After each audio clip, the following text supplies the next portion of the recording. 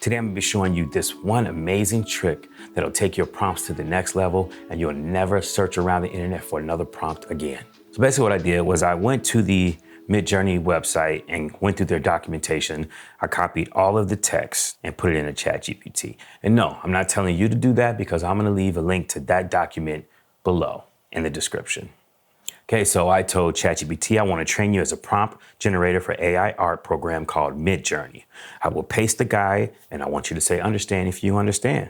And then I said, generate me a prompt for an 80s t-shirt design. I basically was testing it to see what it would spit out. It spit out something that I thought was pretty cool, but it didn't have any parameters at the end. So I said, why didn't you use parameters? Apologies for the oversight, and then it included some parameters.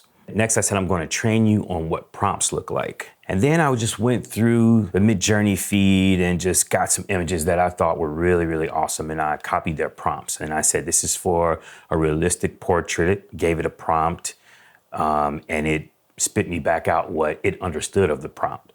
This is for editorial and so forth. And I kept doing that. And I will also leave these in the description below. Now, this is where it gets cool. After I gave it about a good 8 or 9 prompts, I went to my Midjourney feed and I found a photo that I really, really liked, and it was this one right here. I copied the prompt. I then put it into ChatGPT and I said, here's a really cool prompt. And I said, make something like that. It then spit me out this really long prompt and it described the parameters at the end, and I didn't want that. So I told it, I said, always format the endings, and I gave it the dash uplight V5.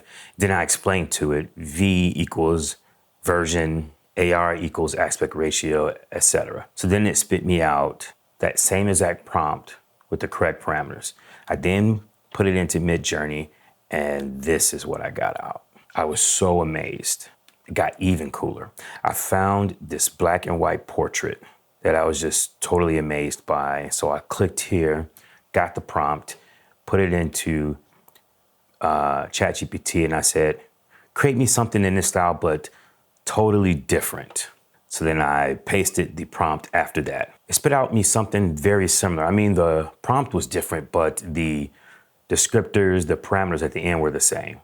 So then I copied that, put that into Midjourney, and I got out these photos. Totally amazing. But I didn't want to completely copy. So I said, change the photographer and settings. I want something unique. So it then gave me this prompt right here, an evocative black and white photographer or photograph showcases a young Spanish man, blah, blah, blah. I then put that in and got these images right here. Totally amazed at that. But it did give me a version 7. I said for future reference, versions only go up to version 5. After that, I asked it to create me a few more images. This was one of the ones based off the moon with the river. It created its own thing. This is also another set from that whole moon photo. As you can see, the aspect ratio is the same.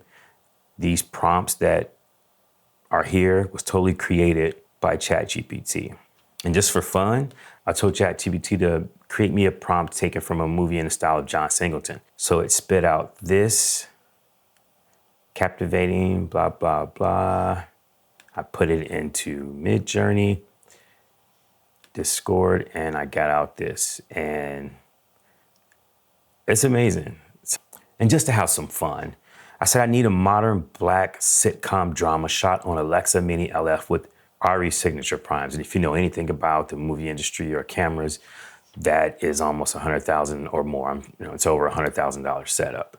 And this is what I love about ChatGPT. It spit out the entire prompt in seconds. And what I got was this. Amazing. The best thing is ChatGPT, as long as I have this account, will forever save this right here for me. And the only thing I'll have to do is go in here and give it a few descriptions, a few words on what I want, and it'll spit out this amazing prompt. One tip I have for you guys is if you find it not getting specific, like cameras, say, be specific with the camera and it'll go ahead and be specific with whatever camera or lighting.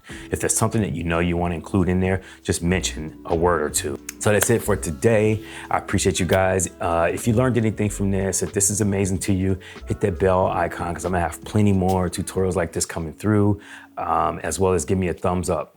Appreciate it.